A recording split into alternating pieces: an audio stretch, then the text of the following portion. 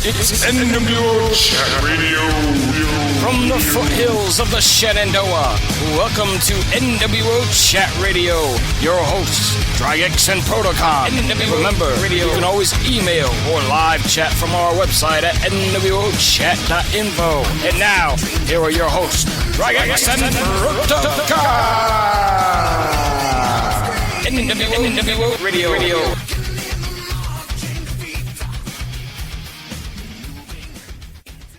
This is New World Order Chat Radio. This is our second episode. We'll focus on current events, and our topic for tonight is food. Forgot to hit record again, so just basically to recap what we covered Iran, drones, the Iranian drones, and some news about our previous topic, which was water, and how in some states out west it's illegal to use rain barrels to collect water, and a lot of major drought going on in the west right now. So the next thing basically is the NDAA, the National Defense Authorization Act, and that's been a pretty big thing, along with Stop Online Piracy Act and the Protect IP stuff. Now, I haven't really got any latest links on the Stop Online Piracy Act and Protect IP, but basically, if you link to anything that would be considered possibly copyrighted material, instead of the government just requesting that website section be taken down, they can take down your whole website. So imagine, a copyrighted piece of music or a video uploaded to YouTube, and instead of taking down just the YouTube video, they just block YouTube. It basically sets up, a firewall like China has, and that only certain sites are allowed and others are not. So that's another big part of the news. And with the National Defense Authorization Act, one of the things that's come out with that, not only about it affecting U.S. citizens and the military can hold people indefinitely, it says that Congress affirms that the Department of Defense has the capability, and upon direction by the President, may conduct offensive operations in cyberspace to defend our nation, allies, and interests, subject to the policy, principles, and legal regimes that the Department follows for kinetic capabilities, including the law of armed conflict and the War Powers Resolution. Basically, that's saying, I'm sure Anonymous will love that. Yeah, that's basically what that's saying is that we'll try to do whatever we can on the internet to shut you down and stop you from doing it. But if we can't do that, we'll just shoot a bomb down your smokestack. So you better watch out, kind of thing. Well, the thing is, the internet is the last vestige of free speech that we as a society have anywhere. You can't go stand in front of your courthouse with a megaphone and say some of the things that people say on the internet. So the internet really is the last frontier of truly free speech that we have. If that gets jeopardized, we might as well be living in, some Orwellian, dictatorship.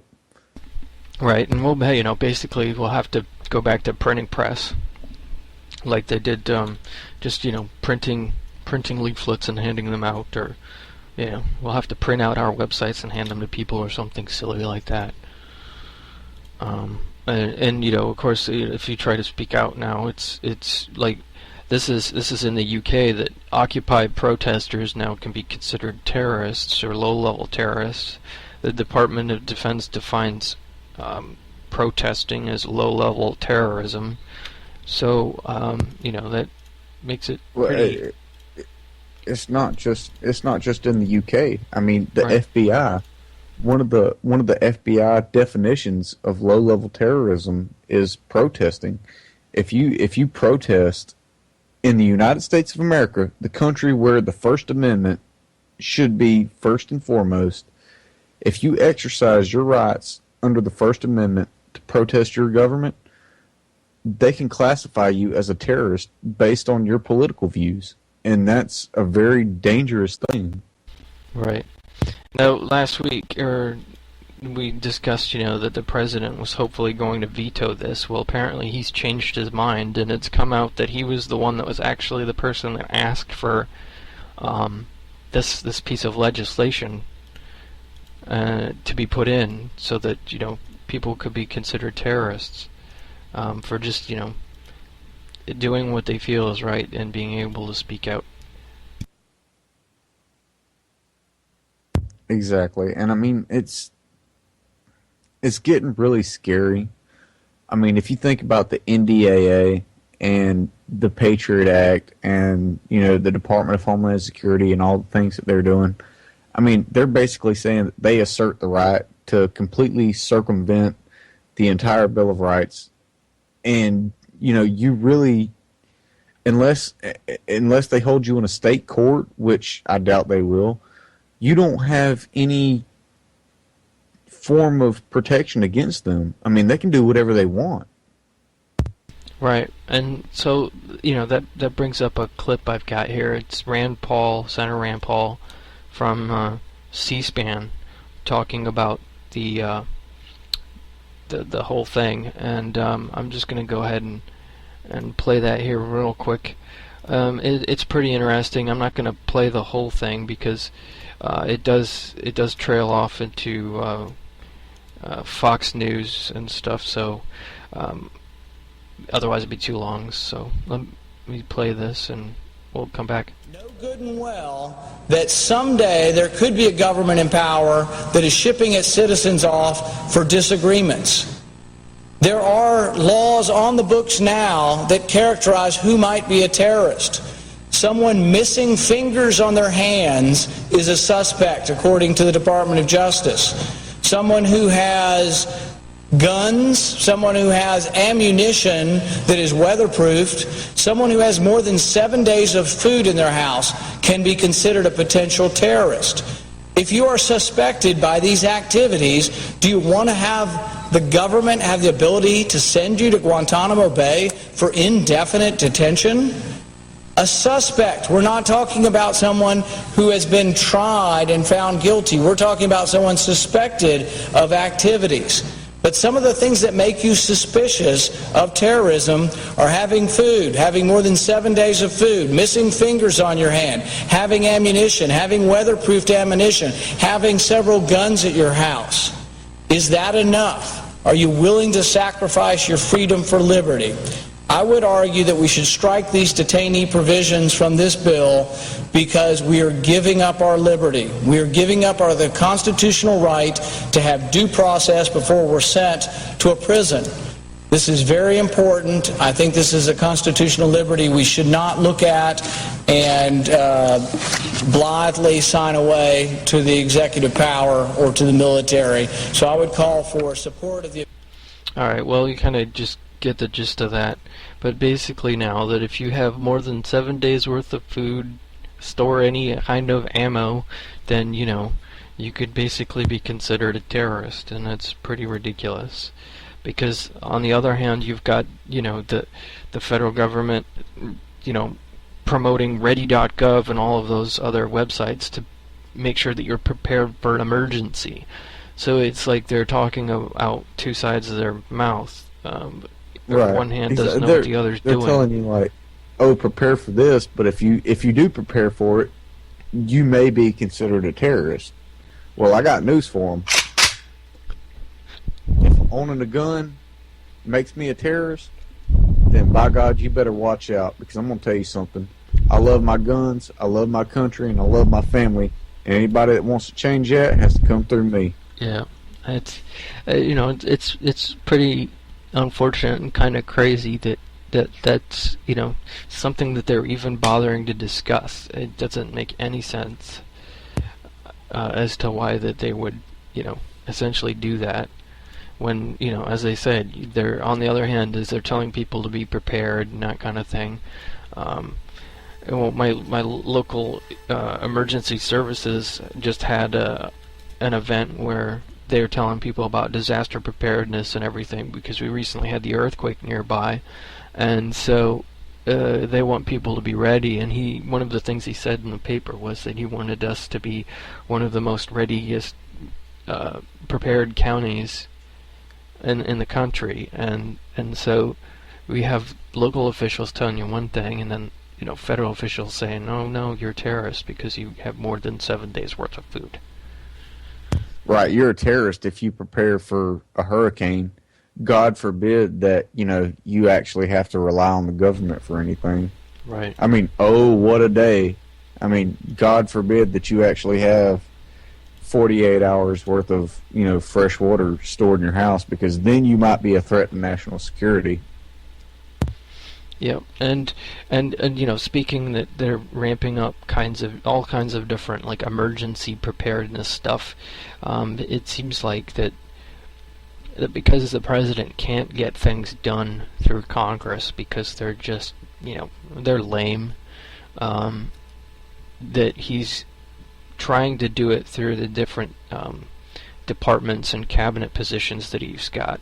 And to me that's kind of an interesting precedent, because it could consolidate his power a little bit more, that he can have like agencies like the EPA or the FCC enforce certain regulations and rules, or the Justice Department, that aren't necessarily have been codified into law through Congress. So that concerns me, that it's consolidating his power a little bit too. I think that's the general idea. I mean, look at the Justice Department and how they're handling the Fast and Furious scandal going on right now. I mean, you have Eric Holder that was caught red-handed, smuggling guns to violent narco terrorists, and he hasn't been charged in a criminal court yet because he's part of the government. They're untouchable. If anything else in this country that illustrates how above the law these people are, that should be the main focus. I mean, because you're saying the Attorney General, the lead law enforcement officer of this country, can violate federal firearm statutes that they created and send guns across the border into Mexico to violent narco terrorists and know where they're going, and he hasn't been put in handcuffs yet. Yeah. If me or you did something like that, we would be sitting in a prison right now. I mean, they would have a SWAT team on your front yard like tomorrow morning. Yeah. But because Eric Holder is the Attorney General, he gets away with it. Right. And they're, as I said, they're consolidating certain things with different departments, and it seems like Homeland Security is getting a lot of extra support. I don't know if anyone heard this. Is kind of a funny story. Is that apparently in New Jersey, Verizon sent out an emergency alert through their cell phone network, and a lot of people got it and started panic calling. It says the company sent the alert to customers in Middlesex, Monmouth, and Ocean counties, warning of a civil emergency and to take shelter now. And it was signed, federal government or U.S. government or something like that. And I thought that was pretty hilarious that they did that. I don't know if you heard that or not, but that was one side thing that I heard. Yeah, are you talking about you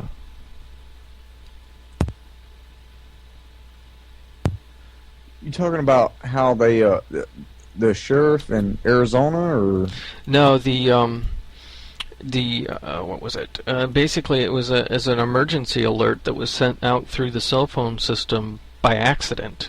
They were conducting a test, but they sent it out almost as if it was a live one without any kind of warning saying, this is a test.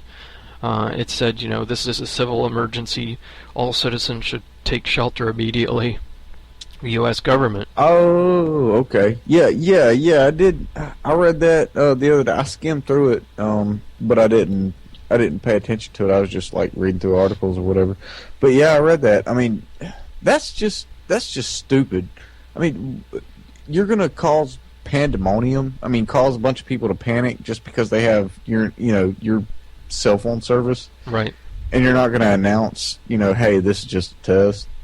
I mean, I think someone must have flipped the wrong button, but it's interesting that that was able to go out, because back in November they were supposed to do that nationwide emergency alert where they used the emergency broadcast system stuff that it's supposed to be able to interrupt all TV and radio. But they never really tested it, and it's been around sitting there since the Cold War, and it's like that was the first ever nationwide test that they'd actually conducted. Do you remember, like, maybe a month or two ago, whenever they did the first nationwide test, the emergency broadcast system? Like, I sat there and waited till 2 o'clock Eastern time because I was wanting to watch the broadcast. I wanted to see what they was doing. Like, whenever the broadcast occurs, you know what they played on my TV? No. Kenny G, dude. That's funny. Kenny G and some jazz music. Like, you may be fucked, but here's some Kenny G. Right. And so, and there's an interesting article on Zero Hedge that kind of brings us back to our primary topic, and it was basically the poor man's guide to survival gear, and this was a really good read. It's for if you don't have a whole lot of money to spend on it. A lot of this stuff you can get for really inexpensively. I'm probably going to say probably under like $1,500 at the most. The first thing that they started off was like a bug out bag, so you had like all your emergency stuff in there. And then, cold extreme weather protection and different kinds of clothing, combat boots, and heating equipment. It covers like a survival knife, communications, electricity, emergency medical kits, food production, which is our primary topic tonight, security systems, which I believe is... No, it's going to be the not next episode. It'll be the 4th episode, and then night vision, and then self-defense, which is basically like about 6 or 7 different guns. And there's actually a couple on there I didn't know about, and actually looked really nice. So, well, I got a friend of mine. He's actually a former Green Beret who was a operative in Vietnam. And he said that he wouldn't mind coming on maybe during our episode whenever we got ready to do security and talk about a few things. That would be great. Yep. So yeah, hopefully we'll have some guests here soon. I asked a couple people, but I haven't heard back from them. So tonight's topic is food, and food is critical next to water. Obviously you can't live without it, but you can live a lot longer than you can without water. I'll just use food. This is an example of how food or lack of food can cause chaos. There's two actually. Is you had Katrina, which was a big disaster for a whole other number of reasons, but they didn't have a whole lot of food. As a big issue, so they had to have a lot of that brought in for them. And the other example is Egypt, and one of the biggest issues that started a lot of these protests in the Middle East, and it first started in Tunisia with a food cart vendor who was getting harassed by the police. Food is pretty expensive, and he ended up setting himself on fire, and that's what sparked off a lot of all of these protests all over the Middle East. He set himself on fire? Yes, he set himself on fire because the police were harassing him about his food cart. And so that, spawned the whole revolt in Tunisia, which spread to Libya, Egypt, Syria, Jordan, basically everywhere in the Middle East that I can think of. And then in Egypt, Egypt was about 40 to 50% of their salary. So getting food for them is important, and it became so inflated that basically toppled the government there because so many people were tired of the corruption and everything going on. I'm sorry though. I mean, I've never been so pissed off that I wanted to set myself on fire. That's some hardcore Muslim shit, dude. Yeah. Well, I mean, it's not just Muslims that. I know of Buddhists that do that. People in China have done that because of their government. So it can actually get a lot of attention to an issue. And it's not really harmful to anyone else. It's just self-suicide. I'm sure it gets a lot of attention. I mean, I'd pay attention to some crazy ass bitch setting himself on fire in the middle of the street too. Yeah. So the biggest thing is being able to get food. Now, like if you're in an urban environment, there's probably going to be about 3 days worth of food on your shelf if something ever happened. So don't plan on going down the grocery store to be able to pick up any kind of food. And I guess the official thing is they tell you to have like a week's worth of food or 3 days worth of food, and that's just ridiculous. It's 3 days worth of food's not going to do you a whole lot of good if your electricity's been out for a week and a half. They're not going to be able to check you out at the cash register because they can't do it in their head because no one knows how to do math anymore without a calculator. So and they'll only be able to take cash. But you got to remember, if you have more than 7 days worth of food, you're a potential terrorist. Right. So you have to make sure that you take that into account as well. And so I would say probably at least a month to 2 months worth of food is good. I think that if you're in a situation, mostly suburban situation, you're gonna have neighbors that you can help and will help you, and you can trade with and that kind of thing. But unless it's an extended problem like a war or something along those lines, then I think a month or 2 months worth of food is going to be probably good. Now, if you're planning for longer term, like complete collapse of no electricity or anything like that, then I would save up a year or two's worth of food, but with the plan to grow some. And if you're not growing some now, then that could be an issue because now is a good time to learn. Things are relatively stable for the most part, so it's a good time to learn how to grow food and be able to can it and prepare it and store it. Some of the things that we grow a lot of tomatoes. We've been trying potatoes, but and we use the method where you can grow potatoes in tires.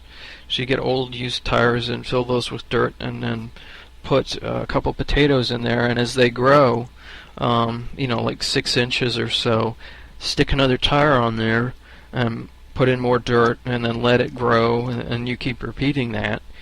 And if you repeat that long enough, we've only done like 2 or 3 tires in height, but if you repeat that whole thing will be full of potatoes. But we must have gotten bad seed potatoes, and we haven't been able to grow hardly any potatoes. Well, what I did here about 2 or 3 months ago was I went to my local supply store, and I got a 50-pound bag of rice and a 50-pound bag of beans. Now, that can feed you for a really long time if you ration it out right. I mean, you don't have to have, pork and beans every night or, pork and rice or whatever. But just those 2 50-pound bags alone can feed a family of 3 or 4 for at least, 4 or 5 months. And they're not that expensive. I mean, you can get a 50-pound bag of rice for almost, $20. Yeah, and that's one other thing is that, we went to a Walmart, which was actually kind of nerve-wracking going into Walmart, so we don't usually go there, but went into Walmart and bought quite a few bags of rice and beans and some pasta, some sugar. Sugar you can keep forever, and you don't need to really do a whole lot of anything other than have it in a nice container.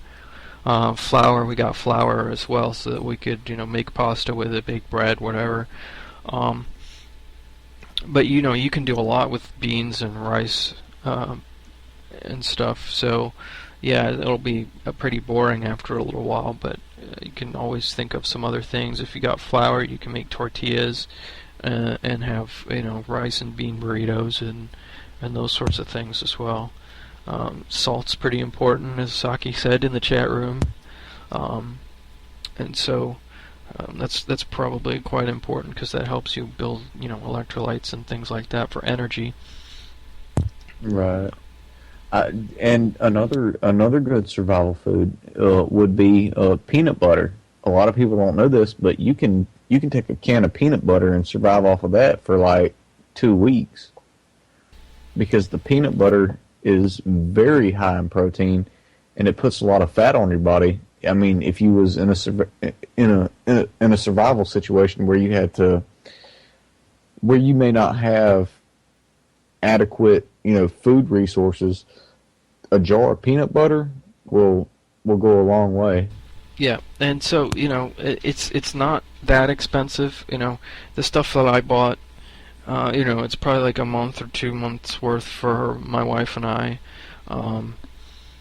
The biggest thing with that is it was under $200 for what we got, and if you planned it out better, then you could easily get quite a bit of stuff for really inexpensive amounts.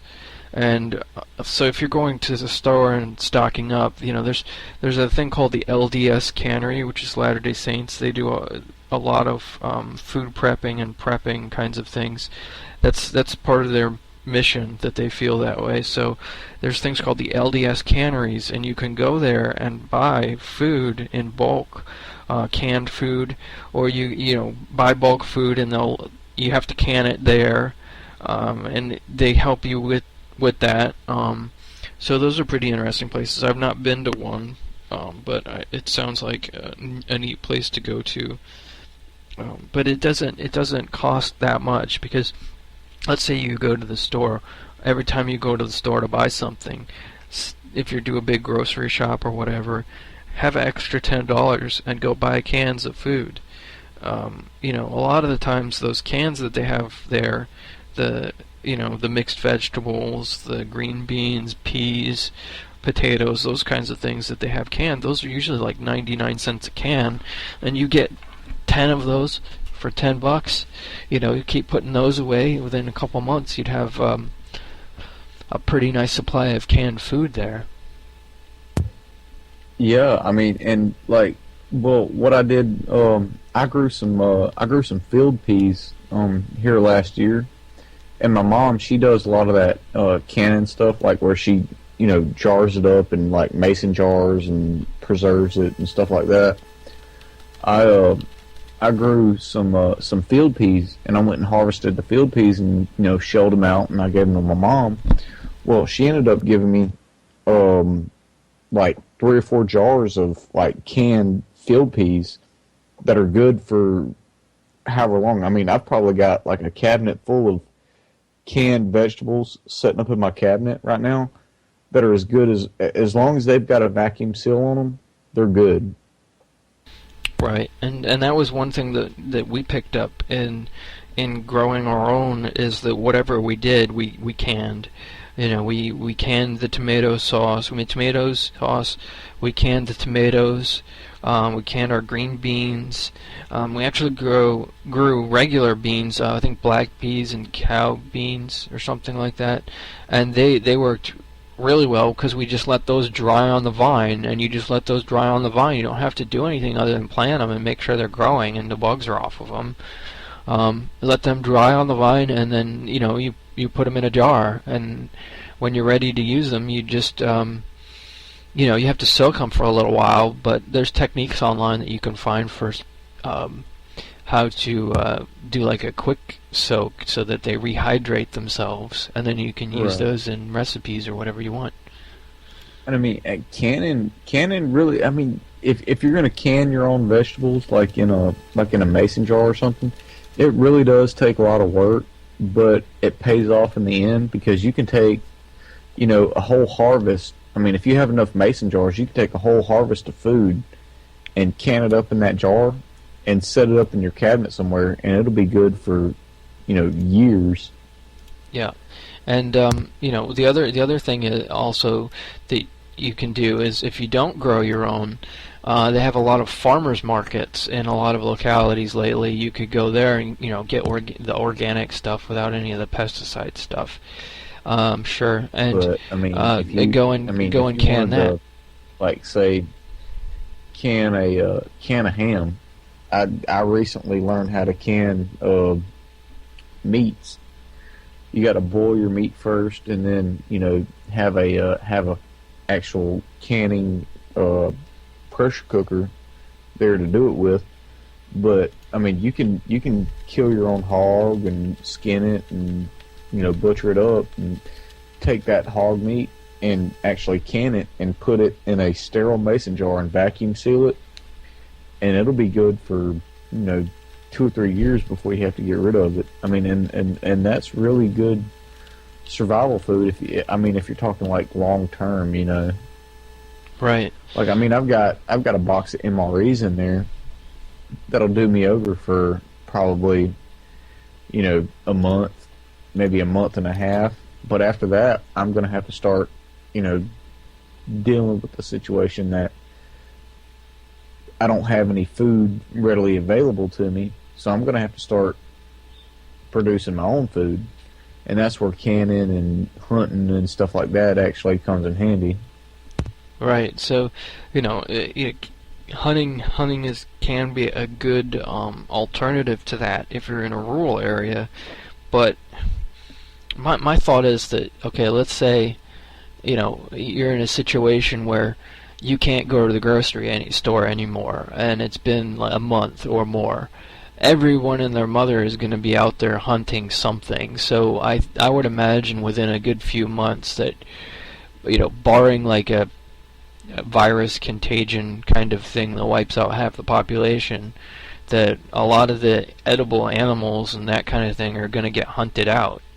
And that could, we're already endangering species right now. Can you imagine what would happen if everyone just decided, I think I'll go hunt a deer today?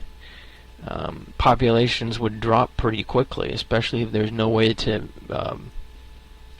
manage that and that kind of thing. So, hunting and fishing is definitely viable, but I believe I said in the last episode with water that you can essentially grow tilapia in a what is it? Like a bucket. Tilapia grows. It only needs like 1 gallon of water to grow, and so you can grow your own tilapia and survive off of that as an alternative.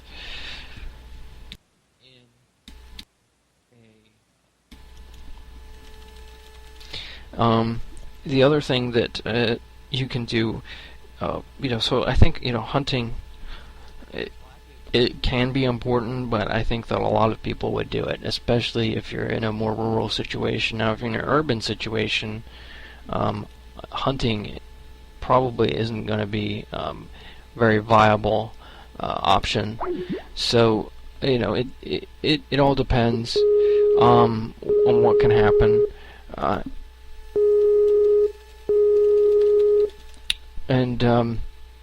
So the biggest thing there is that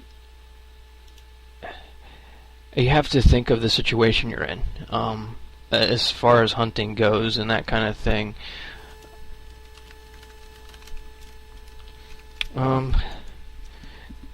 And so that's where I go to growing. I think growing is more important than being able to hunt the food, and that's where keeping let's see, a good few months worth of food in hand, if not a couple of years, if you can, if you decide that you're going to grow everything.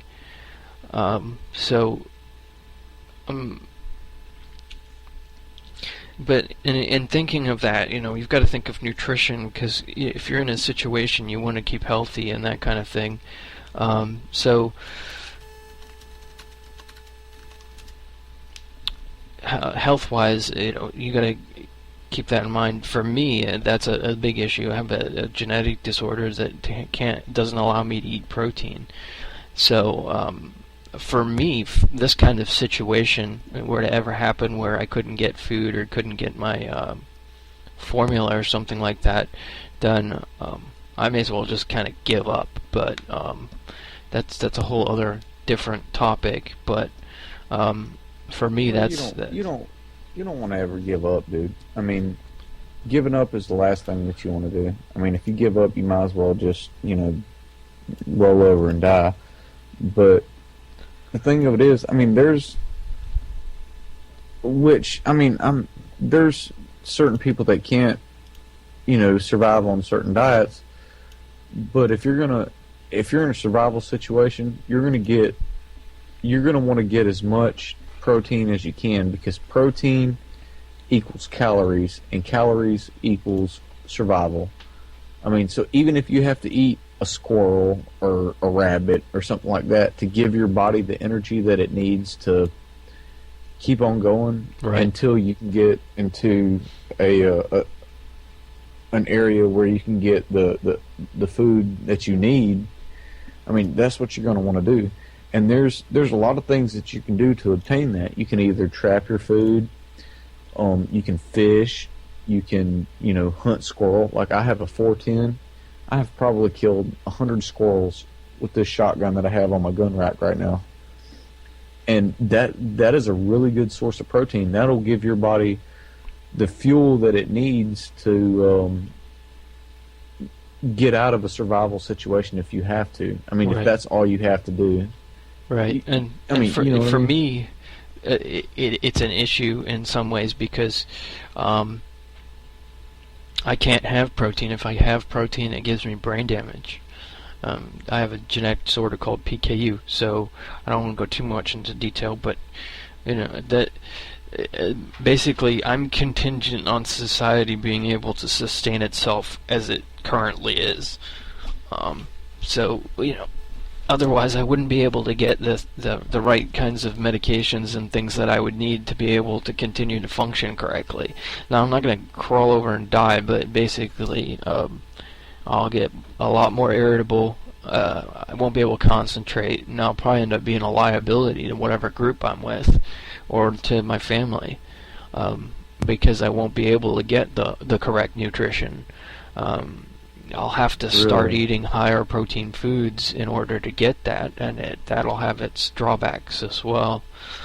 But hopefully, you'd be more active, so that would mitigate some of that too, because protein builds muscle and that sort of thing as well. Right. And that I never even thought about that, dude. I mean, like, until you brought it up a while ago, I never thought about that. The fact that certain people may have certain types of medical diets that they might have to abide by, and I think that's one thing that we should talk about, in one of our episodes, is survival for people that may not be necessarily mainstream. I mean, like you just said that you have a specific type of diet that you have to have because of your medical condition. I mean, and that might not apply to everybody, and I honestly think that would be an important topic to hit on. Yeah, I know we're going to do first aid and medical, I guess, kind of a health episode, but that's not for another couple shows that I've got that planned for. But it definitely needs something like that, because being able to provide your medicine, that kind of thing, in a situation like this is really important. But going back to our topic, you're saying about like if you're out in the middle of the wilderness, trying to get from point A to point B, which is your safe location. Maybe shooting a squirrel is important, but the other thing is you can also forage for food if you know what kinds of things are edible, wild plants and that kinds of thing. That can help you as well. I don't do too much of that. That's something that I need to study on if I do. But for me, from my, wherever I work, that's probably where I'll end up being when some kind of disaster happens if I'm awake. And my point B is my house, which is about 10 miles away. So a day's worth of walk, I should be able to get here, without too much trouble. But you never know. Right. And I mean, it just goes to show that you have to prepare according to what your necessities are. Your necessities might not necessarily be the same as mine. You know what I'm saying? Right. So the way that you prepare for a disaster might be a little bit different than the way that I prepare for a disaster. So you have to prepare based on what your particular needs are and what you think you might need to have. Your diet has to be a little bit different than mine. Right. That's exactly. So, and that's something that people need to think about. It doesn't just apply. It's not just like a general rule that everybody goes by. Right. You have to basically, you have to fit it for your situation. There's general specific things that apply to everything. Like, make sure you've got like 2 months worth of food or something like that. But what types of food, that's how you like it. So like if you're having trouble figuring out what to get what you like, get what you eat. Get those kinds of things that you're going to eat and fill you up. And I know they have MREs. I've never actually had MREs. I've had the C rations before MREs, and those were pretty horrible. But there's an interesting link I'll be posting with this episode when we post the episode. It's basically how to make your own MREs, and it's kind of like a zip-locked bag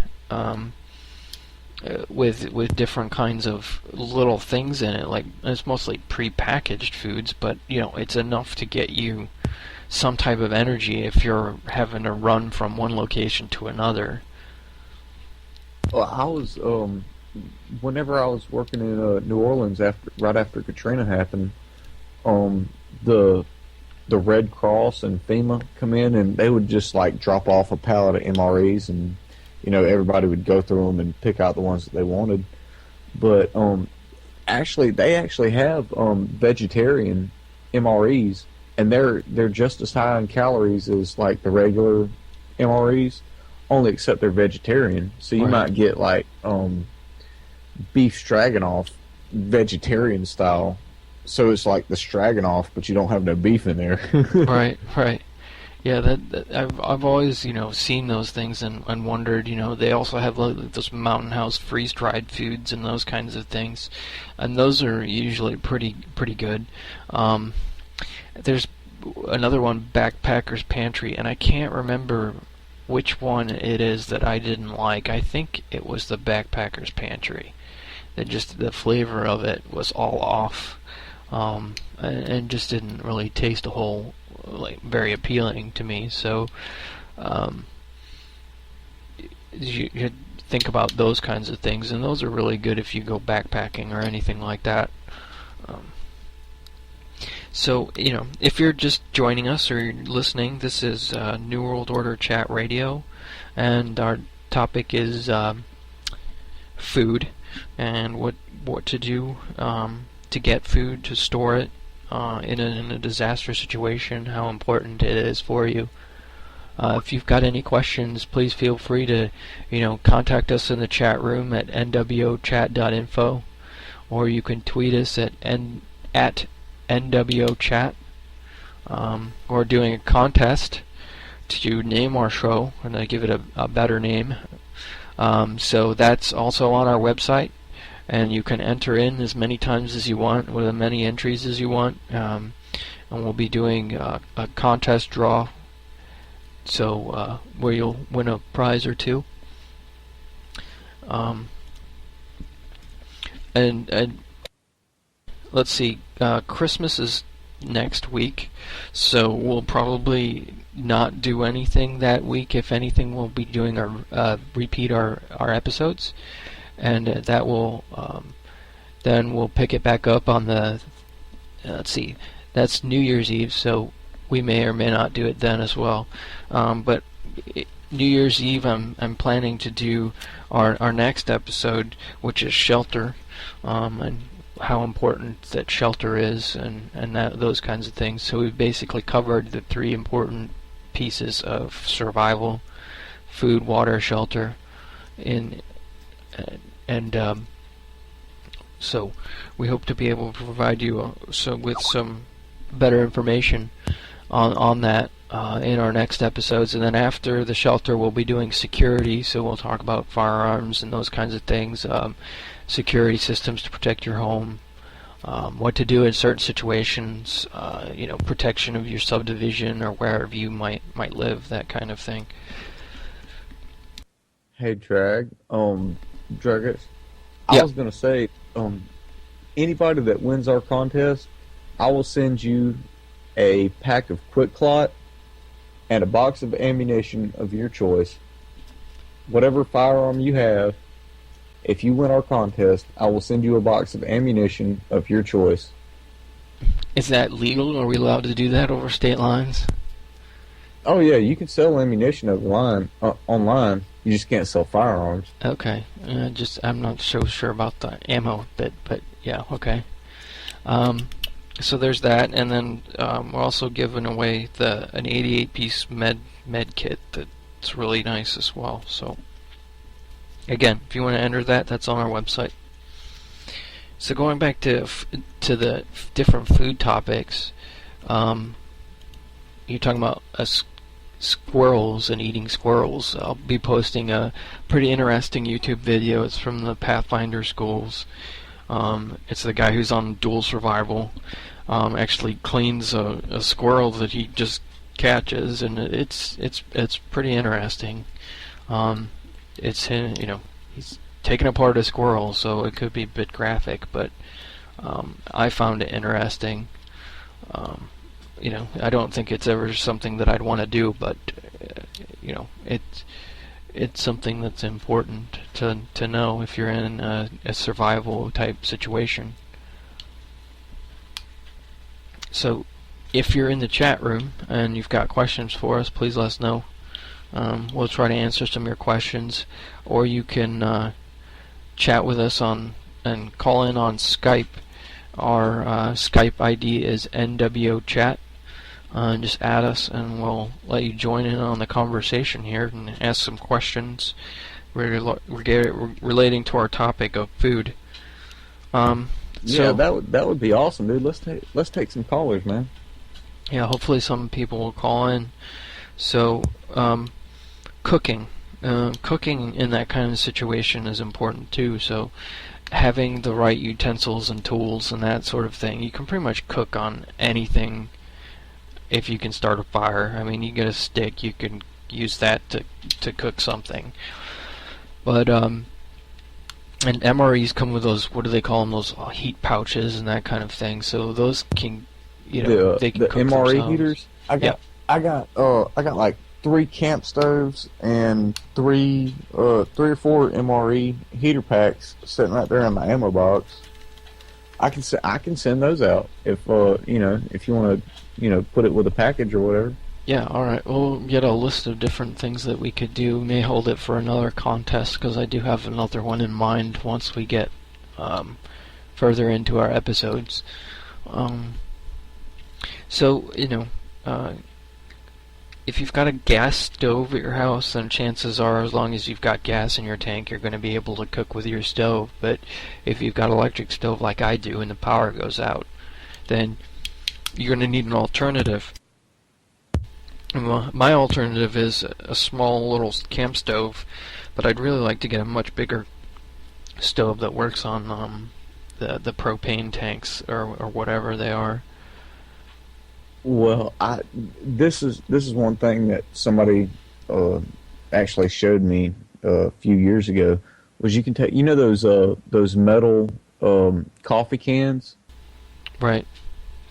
You can take those and take a nail and punch holes all around the bottom, like the bottom side of the coffee can, in a line, and then cut a square hole out of the side of the coffee can and shove it full of sticks, and then just set a pan or something like that on top of it and set it on fire, and you can actually cook pretty good like that. I think those are called hobo stoves, right? Is that what he called them? Yeah. Yeah, I think that's exactly what they're called. But I made one about 2 years ago, and I've got a U.S. Army mess kit. It's like a fold out like pan mess kit type thing, where you can scramble your eggs and stuff like that on top of one of those, and it works pretty good. Yeah, I think I've got one of those. I don't actually think I've actually used it as cooking. I think it was a cheapie I bought at Walmart for going on a backpacking trip that lasted like a day and a half.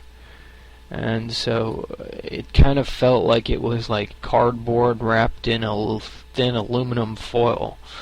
So I didn't want to, put it on the stove and try it because it just, it didn't seem like it was going to hold up very well. Right, but I tell people to go shop at the Army surplus store, and you might pay a little bit more for stuff at the Army surplus store, but it really is worth it because, I mean, what you're getting from the like Army surplus stores and stuff like that is military grade equipment. I mean, it's good stuff. Everything that I got here, as far as my bug out bag and my mess kit and all that stuff, is military grade. I got it from either online military surplus or going to the military surplus store. My work boots that I use for EMS whenever I'm at work, I got those for like $35-40 at the Army surplus store, and right. They are dang good boots. Right, and so, a lot of people think you kind of crazy for buying Army surplus stuff, but that has to go through a lot of vetting before it's even accepted as something that they will use, unless, some general's in the back pocket of some corporation, but we won't talk about that. So as they're vetted, those things can be really, really useful. I keep going to different Army surplus stores and I want to buy something, I just can't find anything that catches my eye. The last thing I bought was a small bag for my emergency kit, but I haven't really thought about anything else other than that recently. So maybe I'd really like to get a surplus stove or something. Have you looked at like some of the rucksacks, or some like the rucksacks with the frames? Like you can just put on your back and. Yeah, actually, I have a really nice a backpack that I can use. Right now, it's sitting empty. That's one of my things that I've got to work on, is getting that sorted out. So, that's kind of a bit of a pain, but that's something that I really, really need to work on. I've been thinking about maybe putting some of my military surplus stuff on the market, because I've really got more than I can use. I mean, I've got my rucksack, I've got my duffel bag, camp stoves and MREs and all that stuff. So I've been thinking about putting a lot of it online, maybe for sale and stuff like that. Right. Just because if stuff ever hit the fan, I wouldn't be able to carry all of it with me. I mean, I'd grab what I had to, and then go where I needed to go to get to a safe area. But I can't carry all this stuff with me. All right. And well, so, I mean, if you look online, I mean, like I bought a rucksack off of a guy for like $20 off of Facebook the other day. I mean, just find deals like that. I mean, that's where you want to spend your money at. I mean, you don't want to necessarily pay $50-$60 for something that you can get off the internet for $20. right. You know. Right. So it looks like Saki from the channel is calling in. So, are you there? Yeah, I should be. Yep. Okay. Let's see here. So Saki, where are you from? Norway. Norway. South Okay. of Norway. And you're a bit quiet there. So. Let me check my microphone. All right. So you've been Norway. enjoying the episode so far? It's quite good.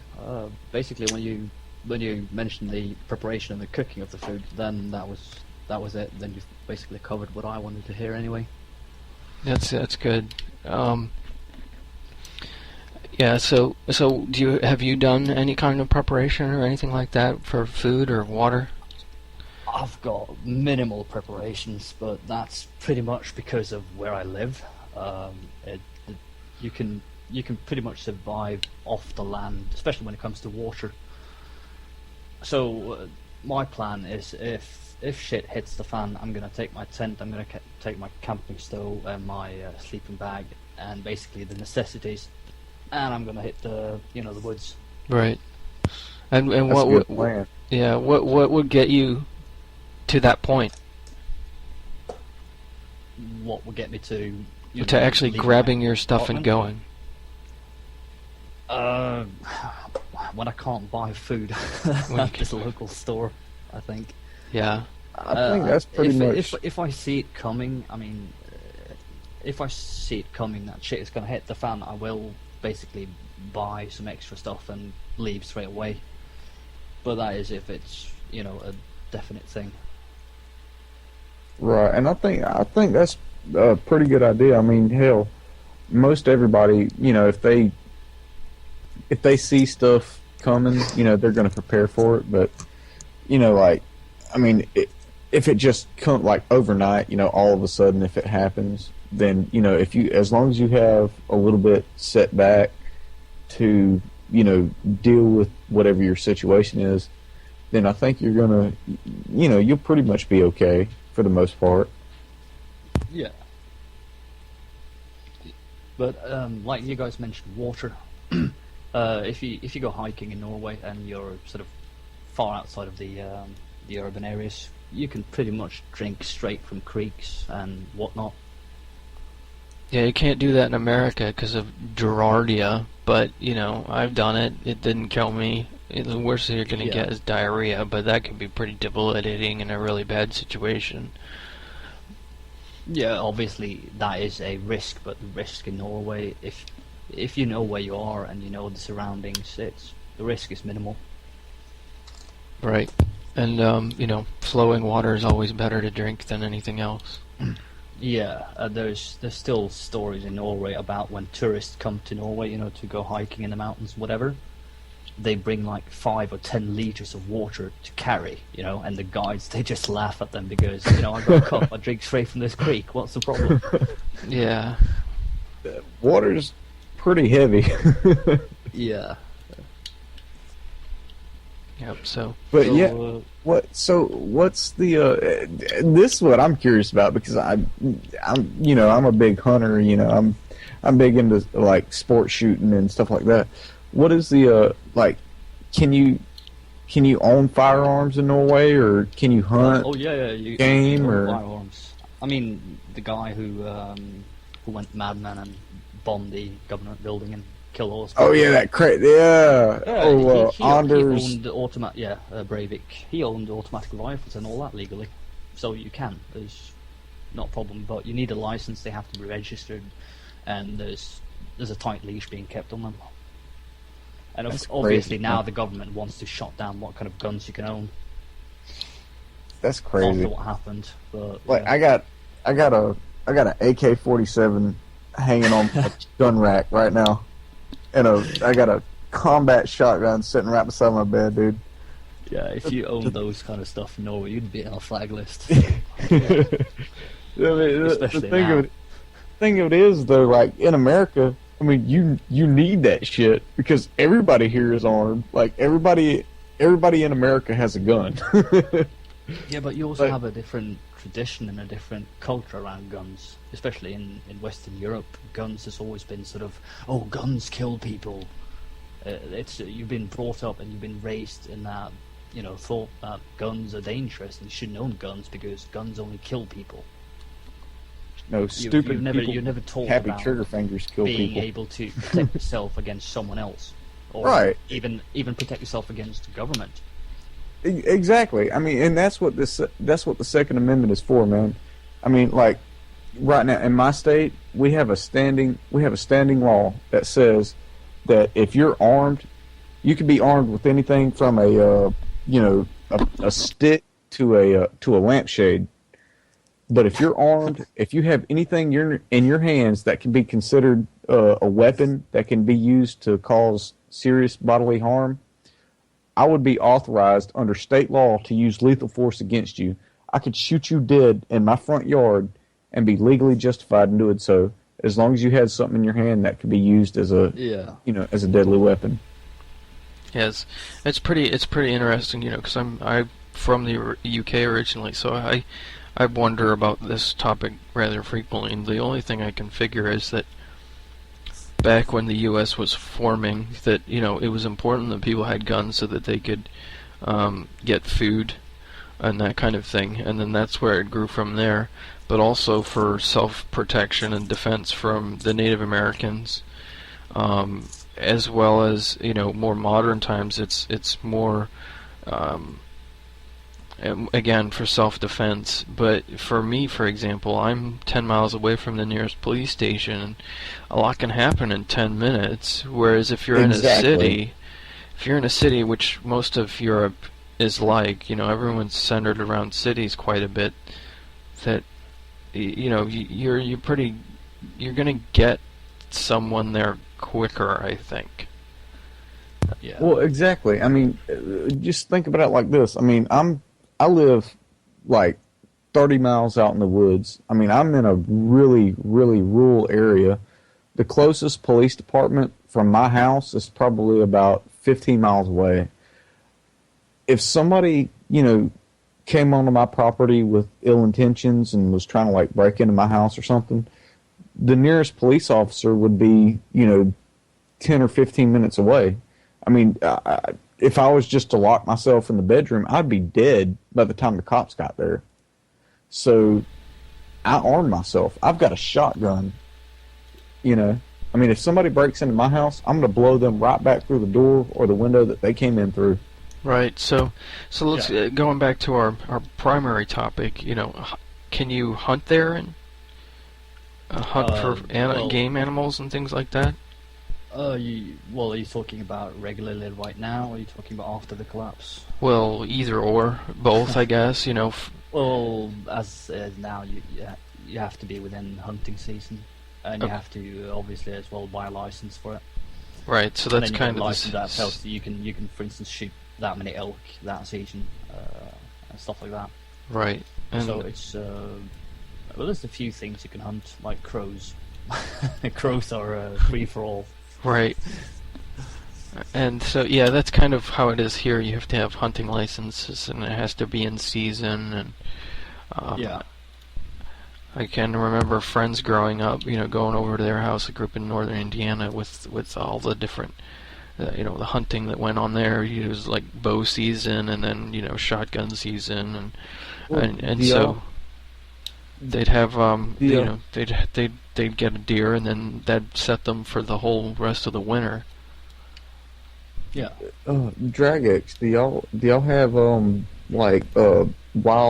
warthogs where y'all live at? We do have feral hogs, but I've never seen one. I thought I had one in my backyard at one point, but I come to realize that it was actually a bear snorting at me. I didn't have my glasses on, and it was the middle of the night, so letting the dog out because he was kind of crazy. But The only reason I ask is because down here in Florida, we have an overpopulation of feral hogs, and you don't have to have a hunting license to kill feral hogs here.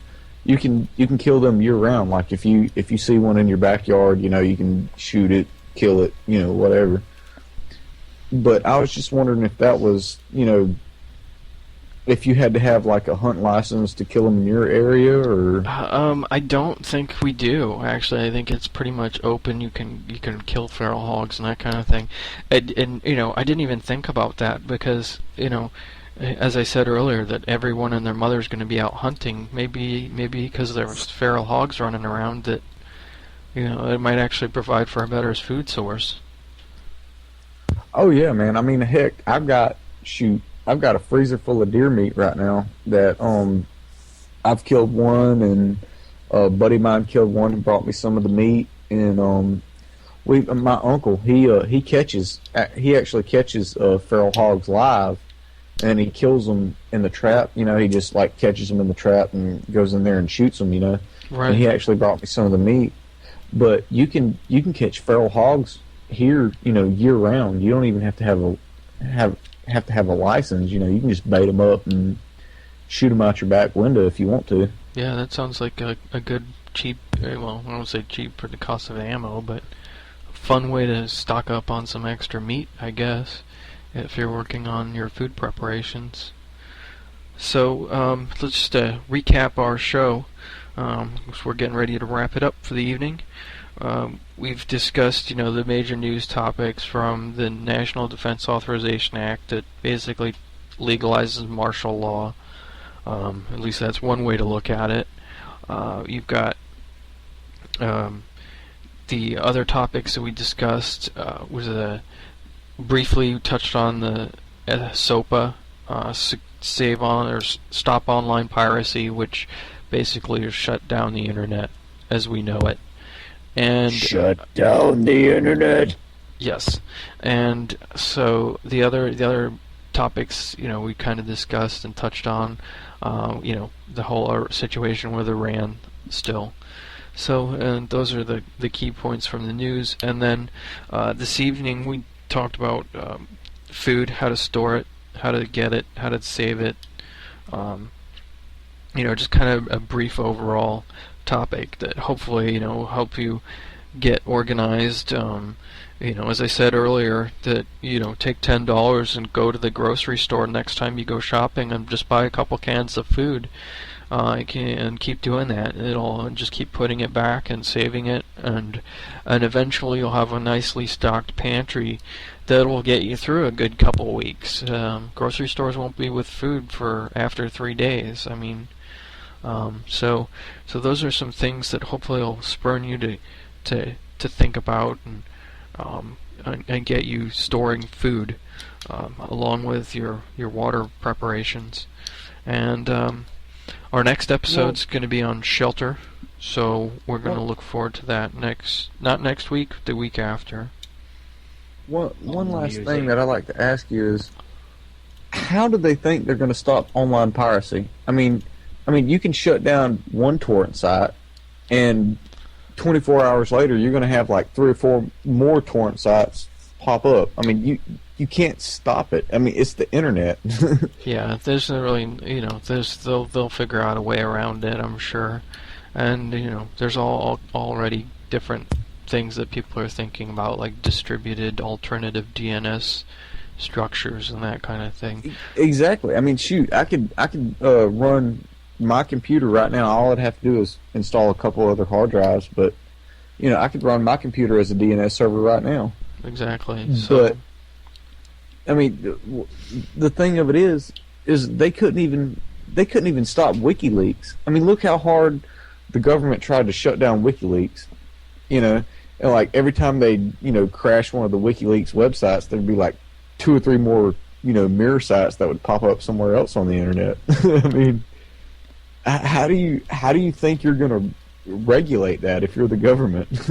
Yeah, that's pretty weird. One of the guys in one of the other chat rooms that's listening to us said apparently feral hogs taste terrible, so he hears. And I would imagine it probably does. It probably tastes really gamey or something like that. But from what I understand, is the real I would imagine it probably does. It probably tastes really gamey or something like that. But from what I understand, is the really big ones.